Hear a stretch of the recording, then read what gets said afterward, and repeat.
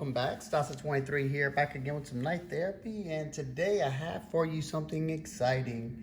The Protech Malibu. The Malibu has been one that I was excited about ever since I handled the prototype at the Las Vegas Custom Knife Show, and I've wanted one ever since, and it's been a hard knife to get because as soon as they drop, they sell out. And right now the only one that I could find are the custom shop versions of these, and they run about $975 and up. And yeah, there was one on Blade HQ for $975 with a Damascus blade, and I think it was titanium scales and some other ornate stuff. Beautiful, but I'm not going there yet. They come in two blade variations. This is the reverse Tanto, and they also have a Warncliffe version. The reverse Tanto just appealed to me a little more.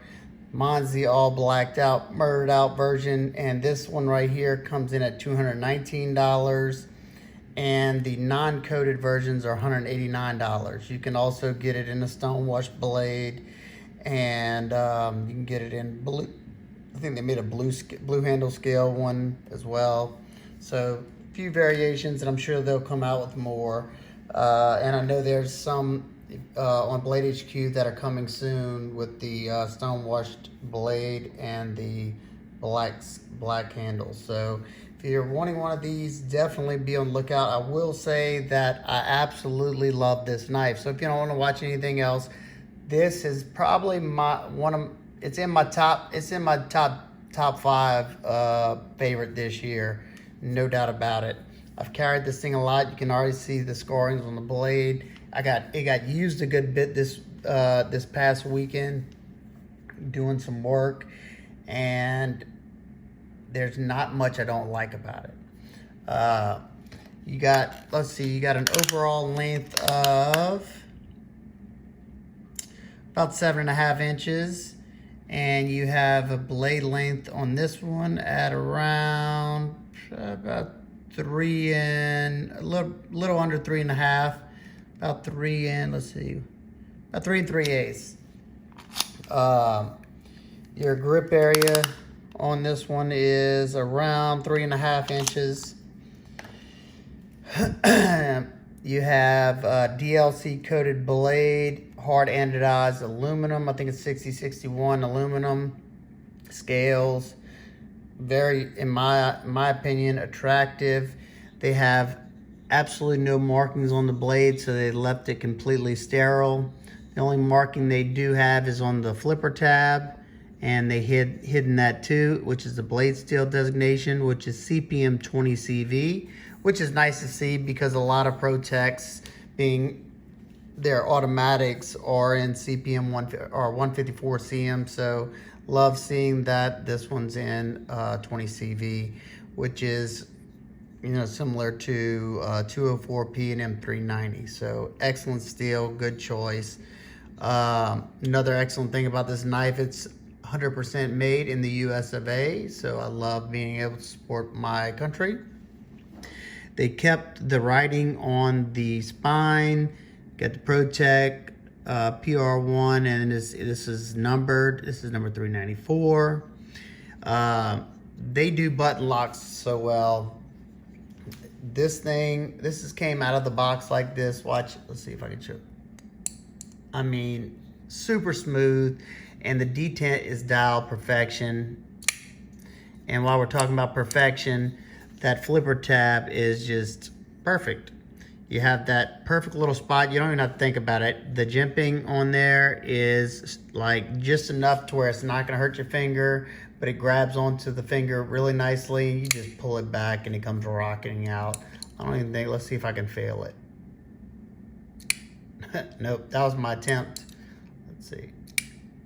I can get it to come out slower, but it rockets out. And then it also, for those of you who like, the sounds that certain knives make, this one makes a cool thwack when it's open because it's hitting that stop pin, vibrating this aluminum, so it makes a nice, pleasing sound.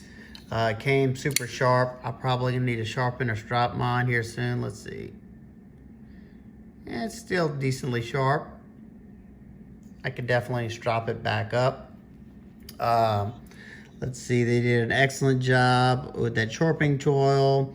They made it just the right size to where they clear that plunge grind. So I didn't find any problems with me getting stuff caught up in that area like I do on some of the bigger ones.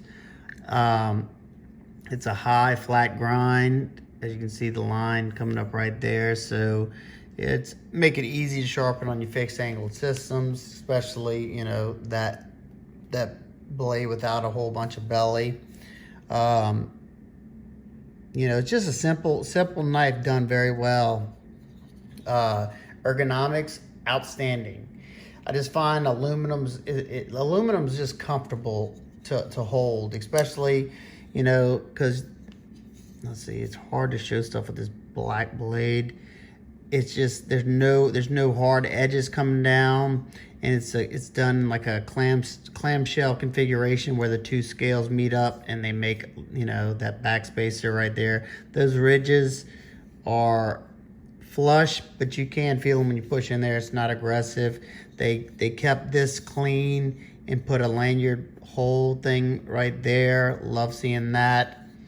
The blade came perfectly centered. You can, well, it's hard to show both, but you can see it's matched up with that line right there. So that's excellent. No side to side. I do have some flex. I can flex some if I want. And absolutely no up and down on mine. Like I said, they've recessed the button on that button lock right there. So you're not going to accidentally hit that when it's open. And the way my hand sits, I don't know how I would hit that anyway. Maybe if I was doing this grip, but let me squeeze down on there. And yeah, I'm not pushing that button down enough to where it's disengaging at all. The pocket clip, deep carry pocket clip, and it's not overly long like they have on some of their models. The pocket clip screws are recessed, so you're not going to catch them going in and out of the pocket. And I don't feel that clip at all in hand. I did a lot of cutting chores in different grips, and I did not feel that pocket clip whatsoever. It fits, you know, it fits in the pocket really nicely. Let's see, I can simulate a pocket real quick so you can see how far this goes down. So there you go. Pretty much disappears. You just have a little bit of nub sticking out right there. Perfectly fine with me. Goes in and out of the pocket really nicely. You got good retention, both going in and out.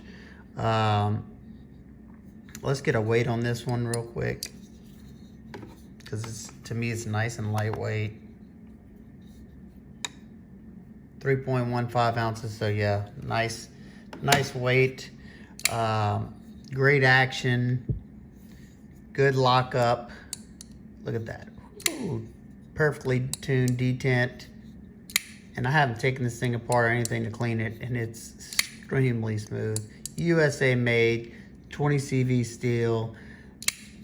All I can say is if you like it, you like the aesthetics of it, I would definitely jump on it. I'd probably pay attention to Blade HQ's Instagram page. They tend to let you know when they're dropping certain knives, and also sign up for their email notification, and the plenty of other sites out there. Just keep an eye out. If you happen to see it, don't think twice. Pull the trigger, because I think it's an excellent knife. Let's see. Here's Rat Model 2. Here's the Paramilitary 2.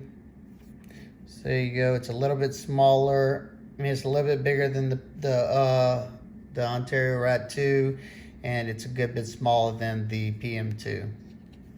Let's see if I have anything else right here. Got the Spyderco Schmuck. So it's a little bit shorter than the Schmuck. And let's see what's in my pocket. I got another Spyderco. The Swayback. It's smaller than that. So it's a medium to small knife. It fits my hand perfectly. I have a medium-sized hand, and I still have a little bit left on the butt of that knife. So overall, I love this knife. Hopefully they'll come in stock soon, and more people can get their hands on them and experience them. So if you have any questions, comments, concerns, please leave them down below. Remember, if you like this video, give it a big thumbs up so I know you're enjoying it. If you don't like it, give it a big thumbs down. Either way, it's cool. And if you want to talk about why, down in the comment section, go ahead. If you have any questions, comments, concerns about this knife or any other knife I might have talked about in the past, please leave them down below. And I hope everybody's having an absolute wonderful day. And I'll see you on the next one. Peace.